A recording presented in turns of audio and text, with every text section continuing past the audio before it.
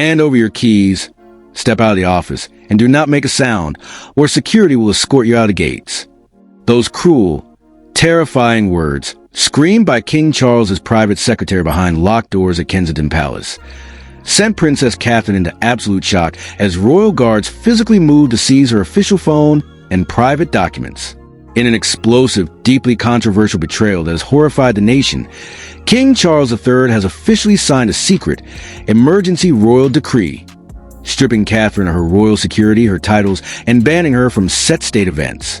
Witnesses saw Prince William violently smash a mahogany table inside Windsor Castle, screaming straight into the king's face, "If you touch Catherine's authority again, Charles, I swear to God I will leak the offshore bank ledgers to every news anchor in Europe before sunrise." King Charles went deathly pale, but he refused to back down, leaving Catherine in tears and forcing William to launch an emergency legal strike against his own father. What dark financial secret did Catherine discover inside the palace vault that forced Charles to execute this ruthless purge? Stay right here, because the raw, leaked security audio coming out of London tonight will leave you completely speechless. To truly understand how King Charles could pull off a ruthless, middle-of-the-night execution of Princess Catherine's royal status, we have to tear away the polished, fake image Buckingham Palace presents to the world and expose the venomous power struggle that has been quietly destroying the British monarchy for nearly 2 years. To the outside public, the Crown tries to sell a picture of dignity, family unity, and smooth succession. But behind those heavy velvet curtains and reinforced mahogany doors, a bitter, high-stakes war for absolute control was being waged between the king's traditionalist advisors and the modern, unstoppable powerhouse operating out of Kensington Palace. The seeds of this toxic betrayal were planted the moment King Charles stepped onto the throne. While Charles struggled with mounting public backlash, plummeting approval ratings, and endless controversies surrounding royal finances, Princess Catherine's global popularity skyrocketed to historic heights. Every single charity initiative Catherine spearheaded, every speech she delivered, and every public appearance she made swept international headlines, pulling in tens of billions of views online and effortlessly dominating global news cycles. Catherine wasn't just a royal icon. She had become the literal lifeblood, the global face, and the sole reason the modern public still cared about the British monarchy. The public doesn't look to the king for hope anymore. A senior palace communications director admitted in a leaked internal memo. They look to Catherine. She commands the room, the press, and the people, while the king's office is left fighting for scraps of media attention. Inside the cold, paranoid corridors of Buckingham Palace, Catherine's explosive global dominance wasn't celebrated. It was met with intense jealousy, deep resentment, and growing panic. The king's inner circle, a shadowy group of old-school courtiers known as the Old Guard, began whispering in Charles's ear, planting seeds of absolute paranoia. They convinced the king that Catherine and Prince William were building an independent, rogue empire right under his nose. They argued that Catherine's massive influence was quietly crippling the king's authority, making him look like a mere temporary placeholder until William and Catherine took over. "There cannot be two crowns ruling this kingdom, Your Majesty," a senior advisor reportedly told King Charles during a closed-door briefing at Sandringham. "If Catherine is allowed to keep operating as the supreme face of this family, your reign will be stripped of its power before it even truly begins." Slowly, systematically, the palace launched a passive-aggressive campaign to put Catherine back in her place. The king's office began quietly slashing funding for Catherine's early childhood initiatives, deliberately withholding security clearances for her international appearances, and blocking her team's access to primary state media channels. Catherine, bound by decades of royal discipline, tried to absorb these petty insults in silence. But when Buckingham Palace attempted to reassign her personal security detail and interfered directly with her children's public schedules, Prince William reached his absolute breaking point. An explosive shouting match erupted inside the private study at Windsor Castle, with William confronting his father face to face. "You are sabotaging the only person holding this family together because you can't handle her popularity," William screamed, his voice shaking the historic portraits on the wall. "Catherine has given her life to this institution. If you let your jealous courtiers push her around, I will shut down our cooperation with your office entirely." King Charles remained icy cold, driven by an unyielding belief in his absolute royal prerogative. Influenced by advisors who demanded complete submission to the monarch, Charles viewed William and Catherine's resistance not as loyalty to crown, but as a direct, treasonous threat to his authority. The breaking point arrived when Catherine's financial team stumbled upon a terrifying paper trail inside the Royal Collection Trust. Millions of pounds allocated for public heritage and charitable funds had been secretly siphoned away into private offshore accounts controlled by high-level Clarence House strategists. When Catherine quietly requested an independent financial review to track the missing money, King Charles saw it as an unforgivable act of aggression. She was no longer just outshining him. She was on the verge of exposing the palace's darkest financial secrets to the world. Convinced that Catherine was preparing to launch a full-scale public exposure that would destroy his reign, King Charles made the most ruthless, catastrophic decision of his life. He authorized his legal team to secretly draft a royal restructuring order, a nuclear legal weapon designed to strip Princess Catherine of her titles, lock her out of her offices, revoke her state security, and permanently silence her before she could utter a single word. The atmosphere inside Windsor Castle was suffocating on the night King Charles summoned Princess Catherine to an unannounced late-night emergency summit. It was 10:30 p.m.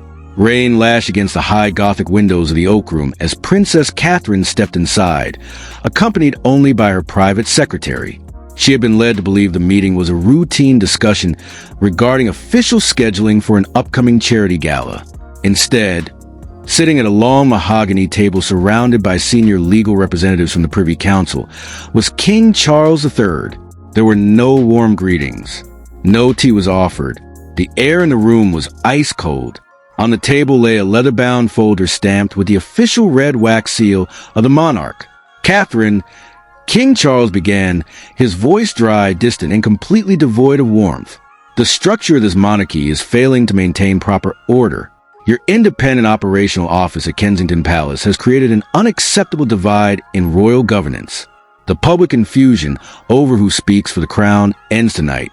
Before Catherine could speak, the king's private solicitor slid a thick sheaf of legal papers across the table toward her. The title printed across the top sent a chill straight down Catherine's spine. The Royal Regency and Operational Restructuring Order. The document demanded that Catherine immediately step down from her key patronages, surrender her direct line to state security clearance, and hand over control of her communications team to Buckingham Palace. "You expect me to sign away my life's work?"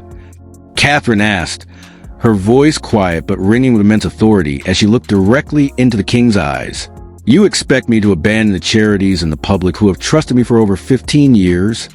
It is not a request, Catherine." King Charles replied coldly, "It is a royal directive.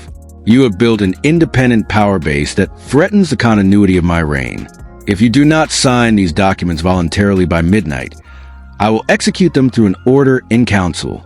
Just as King Charles rose from his chair to terminate the conversation, the heavy oak doors burst open with a deafening crash. Prince William strode into the room, his face pale with fury.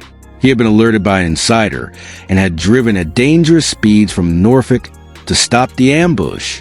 "Get away from my wife," William roared, stepping directly between Catherine and the king's legal team. What kind of coward summons a mother in the middle of the night to force her into signing away her rights?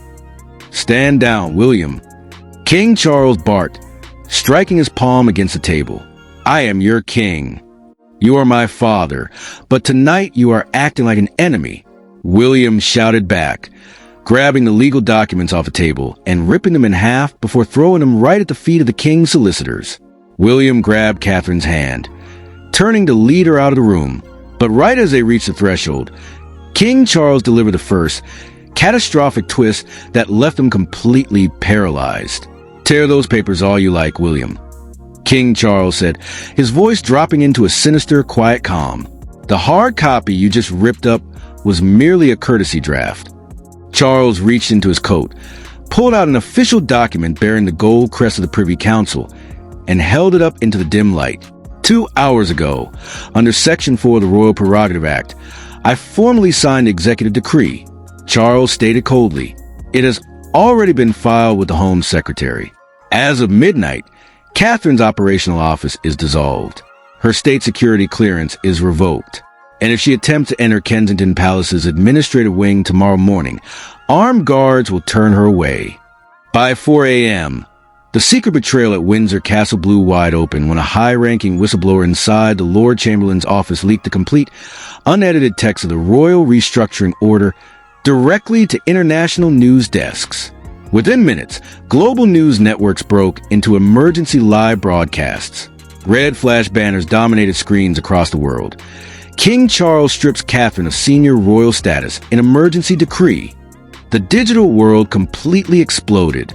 On X and TikTok, platforms struggled under an unbelievable surge of traffic as over 8 million posts flooded the internet in less than 3 hours. Hashtags like hashtag Stand With Catherine, hashtag King Charles Resign, and hashtag Kensington is Free took over the global trending charts. Inside the private quarters of Kensington Palace, total chaos erupted. Phones belonging to Prince William and Catherine's personal team rang nonstop as government officials, foreign diplomats, and horrified charity directors demanded immediate answers. Catherine sat silently at her desk, staring out into the dark gardens, her hands clasped tightly.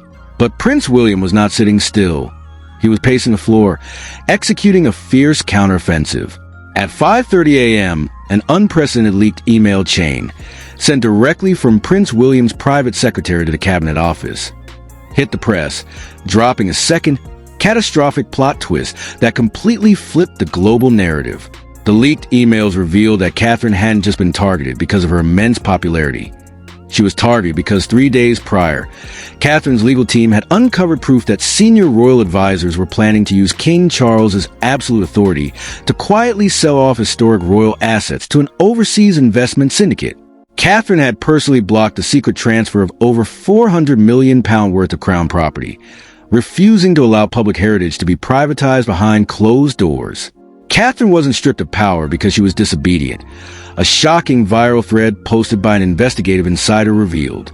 She was targeted because she was the only person standing between corrupt palace courtiers and the illegal sale of historic assets.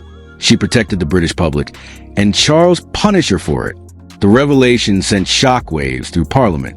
Prominent global figures, philanthropists, and international stars who had worked closely with Catherine began publicly condemning King Charles's actions, cutting financial ties with Buckingham Palace charities.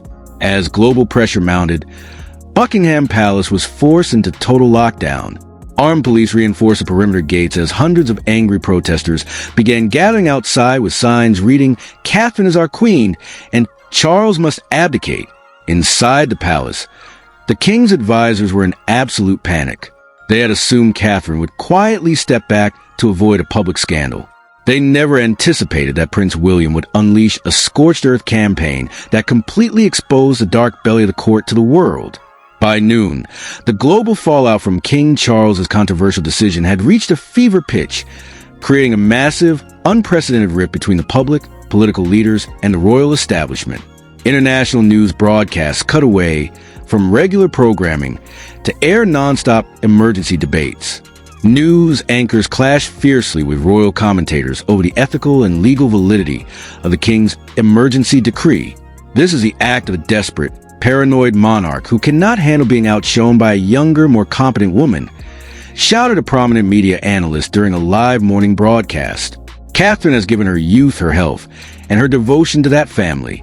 To treat her like an inconvenient employee who can be fired by midnight decree is disgusting and completely indefensible.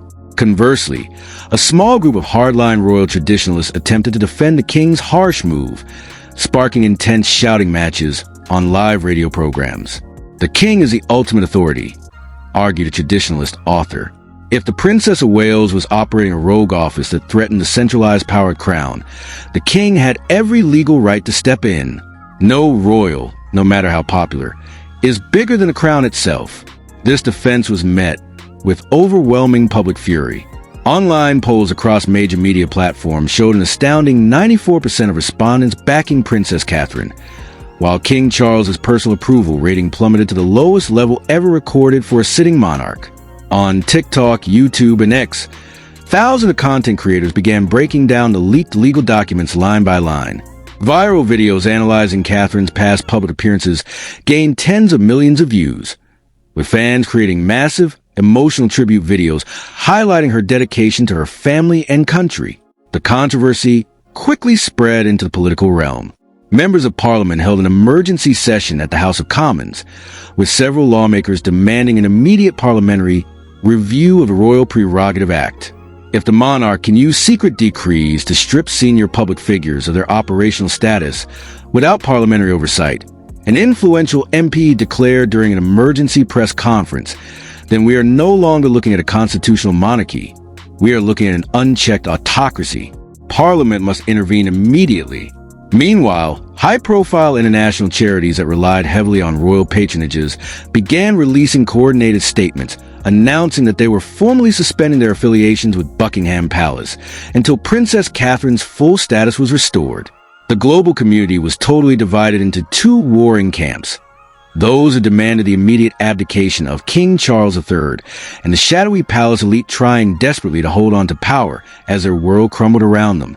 Inside Kensington Palace, Catherine authorized her team to release a short, devastating 12-word message that sent absolute panic through Buckingham Palace. "My loyalty has always been to the public. That will never change." Just as it appeared that King Charles had backed Catherine and Prince William into an inescapable legal corner, a deep-cover operative inside the Royal Archives dropped a final, horrifying truth bomb that completely shattered the foundation of the entire conflict. At 9 p.m., an encrypted data leak, originating from a private server housed inside the royal vaults at Windsor, was delivered directly to Prince William's legal team. The file did not contain routine financial logs or standard public policy disputes. It contained a classified, top-secret constitutional document signed by King Charles himself, a document that Charles had spent his entire reign trying to keep hidden from the public and from his own son. According to the leaked file, King Charles's decision to execute the emergency decree against Catherine wasn't motivated by jealousy or power alone.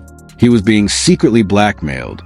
A shadowy international financial group, holding leverage over Charles regarding undisclosed offshore family trusts and past political deals, had delivered a ruthless ultimatum to Buckingham Palace: strip Catherine of her oversight authority before she discovers the illegal paper trail or face total global exposure. Charles signed a decree against Catherine not out of pure malice, but to protect himself from absolute personal and political ruin. When Catherine's team realized the terrifying truth behind Charles's betrayal, Prince William executed a move so dangerous, so unprecedented, that it threatened to end the line of Windsor forever. William personally called the chief of the king's private security detail, issuing an absolute ice-cold ultimatum: "Tell my father he has until 8 a.m. tomorrow morning to formally retract the restructuring decree, restore Catherine full authority, and dismiss every single advisor involved in this ambush." "And if the king refuses, Your Royal Highness?" the security chief asked, his voice shaking with terror. William's voice turned into pure, lethal ice. "If he refuses, I will walk out onto the steps of Kensington Palace tomorrow morning with the complete Windsor archive files, and I will read every single page live on international television. If he wants to destroy Catherine, I will destroy the crown." The entire British monarchy is now standing at the absolute edge of a precipice. The 24-hour ultimatum clock is ticking down to zero. Will King Charles surrender to his son's demands and restore Princess Catherine's power? Or will he let the clock run out, risking the complete release of the Windsor files and triggering the total collapse of the British monarchy? The clock is ticking, and the British monarchy is on the verge of absolute collapse. Whose side are you on in this brutal royal war? Do you support Princess Catherine and Prince William as they fight for truth, or do you stand with King Charles and the palace establishment? Drop your thoughts in the comments below right now. I want to hear everyone's opinion on this massive scandal.